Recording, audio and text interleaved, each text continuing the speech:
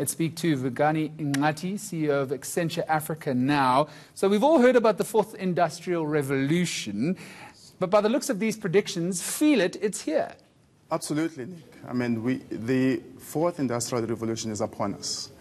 And I think we're at a stage where, as a country, we have an incredible opportunity in front of us to take advantage of it. The value may be there for the taking, but how exactly is 5 trillion rand in value going to transform South Africa, and is it all going to be a good thing? Perhaps to frame the story a little bit, Nick, 2 years ago, we spent quite a bit of time researching at a global stage the value that we can unlock through this digitization effort. And we found that we have probably $100 trillion across the globe that we can unlock by focusing on the digital transformation initiative globally. And then we took that study and we customized it for South Africa specifically. Looked at 5 government institutions and 9 industries. And what we found is that there's 5 trillion in value that could be unlocked, South African rands. We've also found that you can significantly create jobs as a result of the 5 trillion injection in our growth. And lastly, which is more interesting, we found that there is significant value for you and I as a citizen. Because typically we always tend to talk about the value for the private sector. But you now looked at the value for the citizen, which is 50% of the 5 trillion is actually the value for you and I. We'll get to those jobs that you're talking about in a moment or so, but let's be honest, public administration is not something that's synonymous with efficiency, especially in South Africa. So how is digitizing something like public administration going to happen? So we looked at a couple of things. One, we think there's an incredible opportunity for us to utilize platforms. So, for instance, today you and me have to queue for services that government provides. I mean, there is no reasons why we should really be queuing to get your ID issued or to have your passport renewed or any of these services. We should really be able to use platforms that can be available or can be made available by the use of technology in today's time. So business processes can be significantly streamlined by the use of the technology, and government can take advantage of that in the public sector.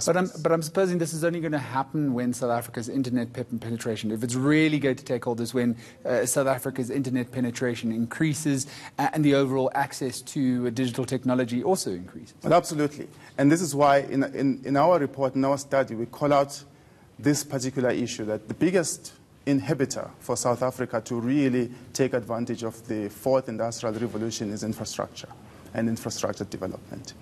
Now, what we've got in the country is multiple initiatives, but we need to be able to coordinate all of these efforts at the country level in order for us to really amass the value that can be. So we can't have initiatives by specific municipalities or provincial departments and think it's going to all come together.